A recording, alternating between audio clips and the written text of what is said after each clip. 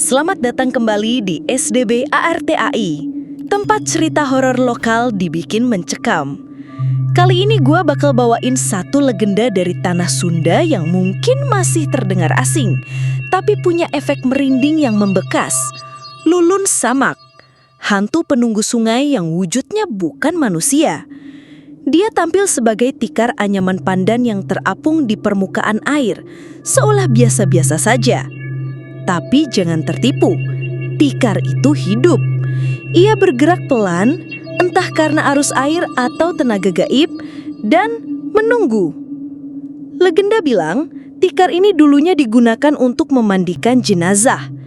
Jika mayatnya masih belum mau pergi, arwahnya bisa melekat pada tikar, menciptakan makhluk halus yang disebut Lulun Samak, si tikar penghisap nyawa air.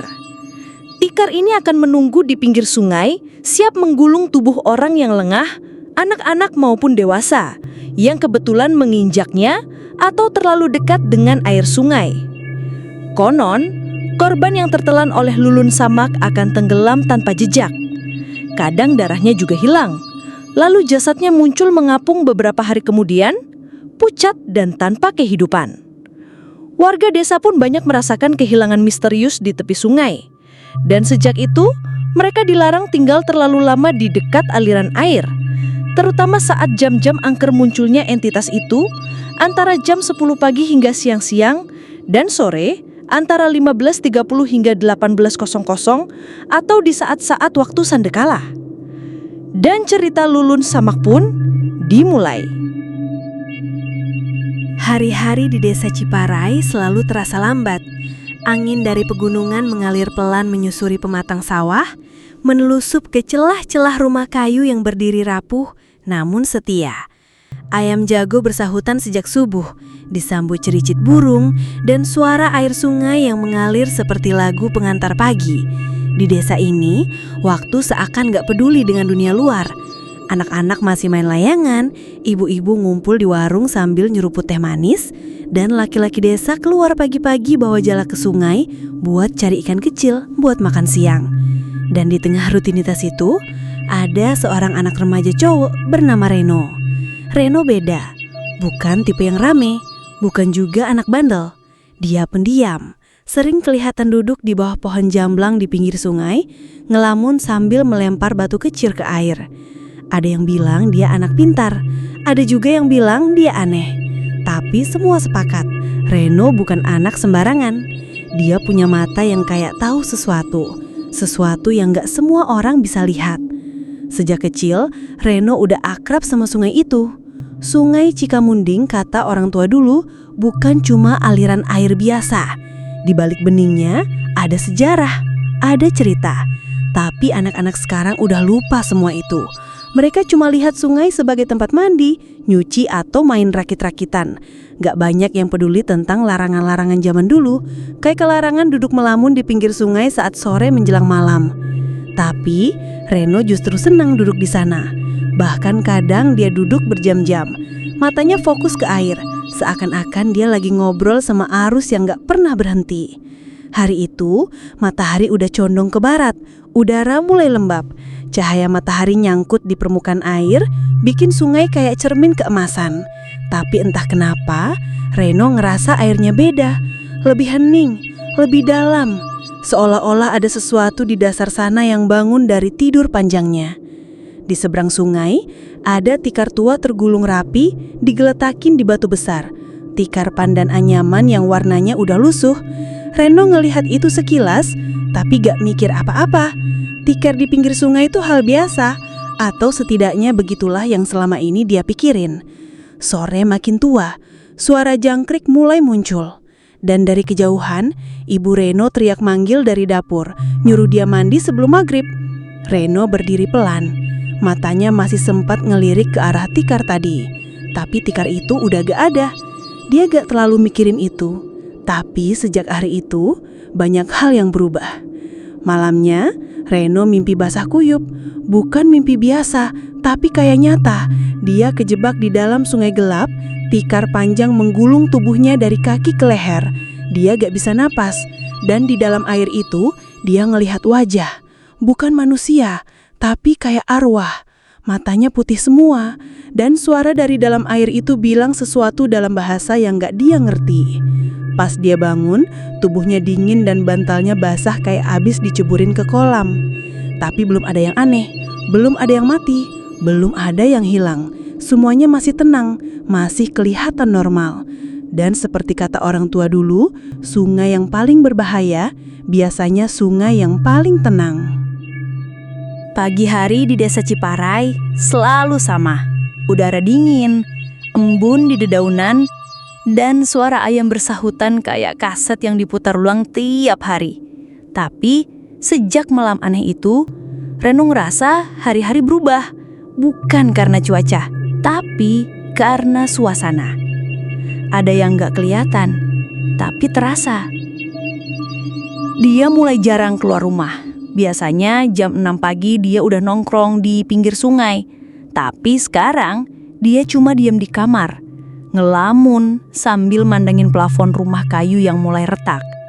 Ada rasa takut, tapi dia nggak ngerti takut sama apa. Sementara itu, kabar aneh mulai beredar di desa. Anak kecil tetangga sebelah, namanya Raka, umur 8 tahun, katanya jatuh ke sungai pas lagi main perahu-perahuan dari kulit pisang. Ibunya cuma ninggalin sebentar buat ngambil sabun, dan pas balik, Raka udah nggak ada. Sungainya tenang, nggak ada tanda-tanda pusaran. Tapi Raka hilang. Warga rame-rame nyisir sungai sampai jauh ke hilir. Tapi nggak nemu apa-apa. Bahkan satu sandal pun enggak. Orang-orang mulai panik.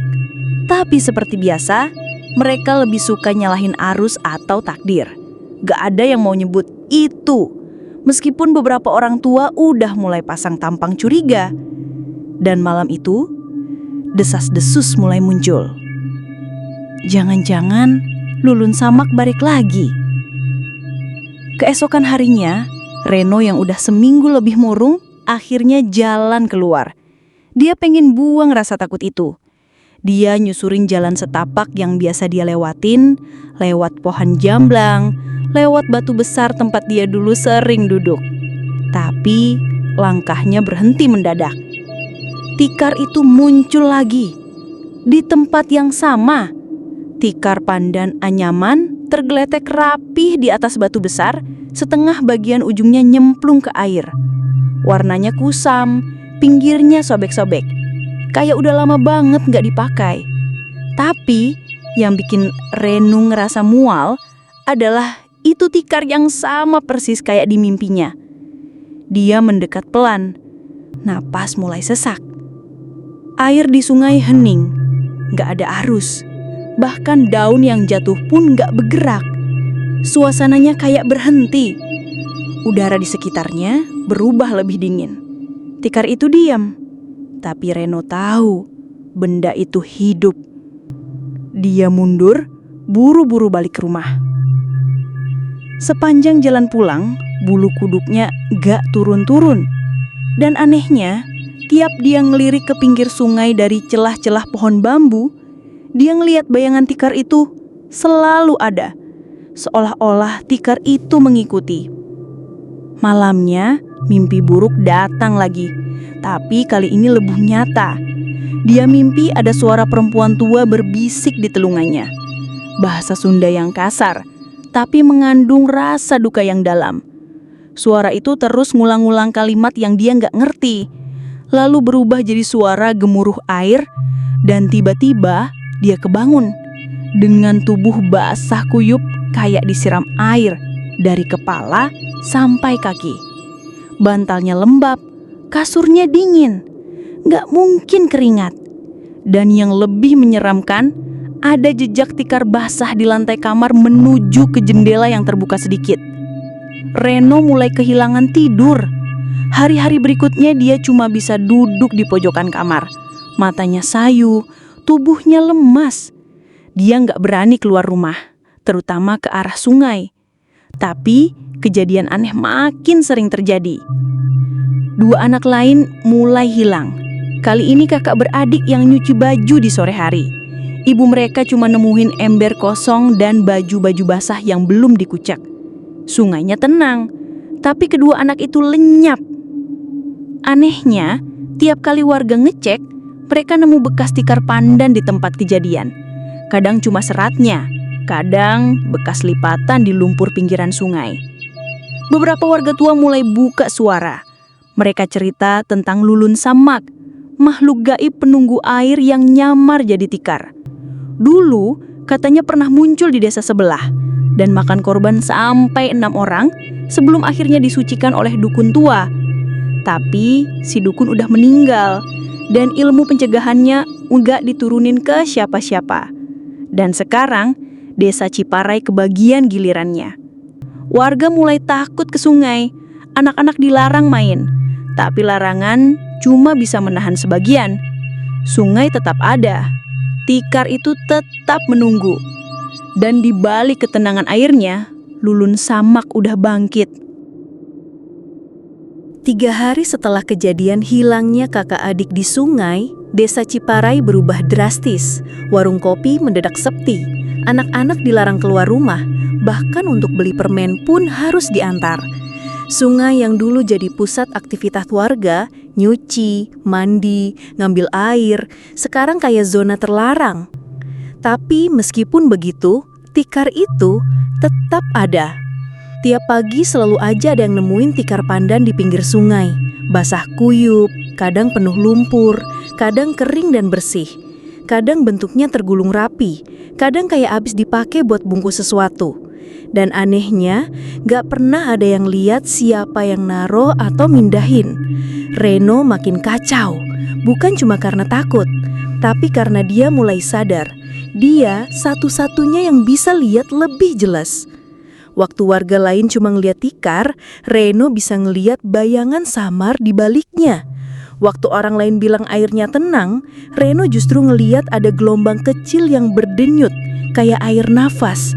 Dan kadang dia ngedengar suara air berbisik, seolah sungai itu punya nyawa. Dan itu bukan delusi, karena hari itu ada satu kejadian yang bikin semuanya makin nyata. Siang menjelang sore, Reno nekat jalan ke sungai.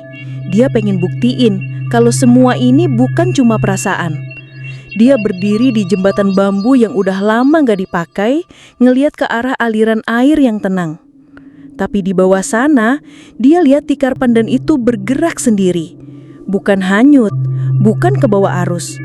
Bergerak melawan arus. Pelan tapi pasti, tikar itu naik ke permukaan.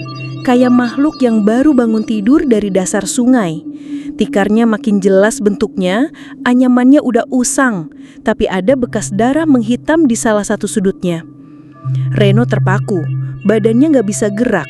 Tikar itu berhenti tepat di bawah jembatan tempat dia berdiri, lalu gulung sendiri. Seolah ada sesuatu di dalamnya. Seolah seseorang atau sesuatu sedang membalutkan tubuhnya dengan tikar itu. Dan saat itu juga, air mendadak menyedot ke bawah. Bukan pusaran, tapi seperti tanah di dasar sungai tiba-tiba ngisep air dan semua yang ada di atasnya. Suaranya pelan tapi mencekam. Glup, glup, glup. Seekor bebek liar yang berenang gak jauh dari situ mendadak terseret ke tengah lalu hilang di telan air. Gak ada gelembung, gak ada percikan. Air kembali tenang. Reno jatuh terduduk, napasnya sesak. Dia pengen teriak tapi tenggorokannya kayak dikunci. Pas dia paksa berdiri dan mau lari, ada tangan basah mencengkram pergelangan kakinya. Tangan kecil, dingin, lendiranya nempel di kulitnya. Dia tendang sekuat tenaga, jatuh ke tanah dan langsung kabur tanpa nengok ke belakang. Sesampainya di rumah dia baru sadar, kakinya penuh lumpur sungai dan ada bekas lilitan tikar pandan di sana. Tapi gak ada yang percaya. Ibunya bilang itu cuma halusinasi karena stres. Tetangganya bilang mungkin Reno butuh istirahat. Tapi Reno tahu, ini lebih dari itu. Ini nyata. Sungai itu hidup dan sekarang dia lapar. Keesokan harinya, satu keluarga yang tinggal dekat bendungan kecil ikut jadi korban. Anak bungsunya yang umur 4 tahun hilang saat main di tepi air. Padahal ibunya baru aja ninggalin sebentar buat masukin jemuran. Yang tersisa cuma satu sandal dan serpihan tikar pandan basah di semak-semak. Warga mulai histeris. Ada yang mulai bawa-bawa kemenyan ke pinggir sungai. Ada yang panggil dukun. Tapi semuanya terlambat karena Lulun Samak sudah bangkit. Dan dia bukan cuma nyari anak-anak.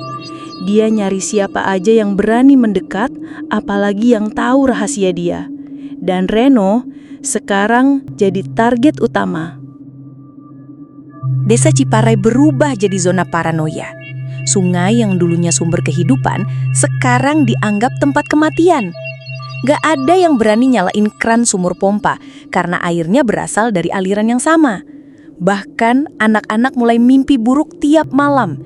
Mimpi digulung tikar dan ditarik ke dalam air. Tapi korban gak berhenti.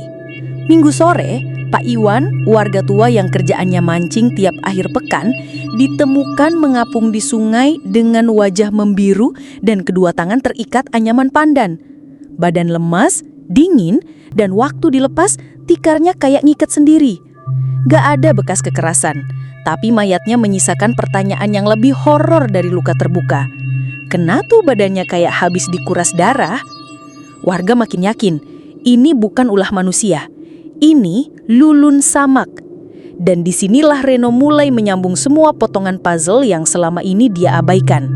Malam itu, dia nekat datang ke rumah Bu Asih, nenek tua penjaga tradisi desa.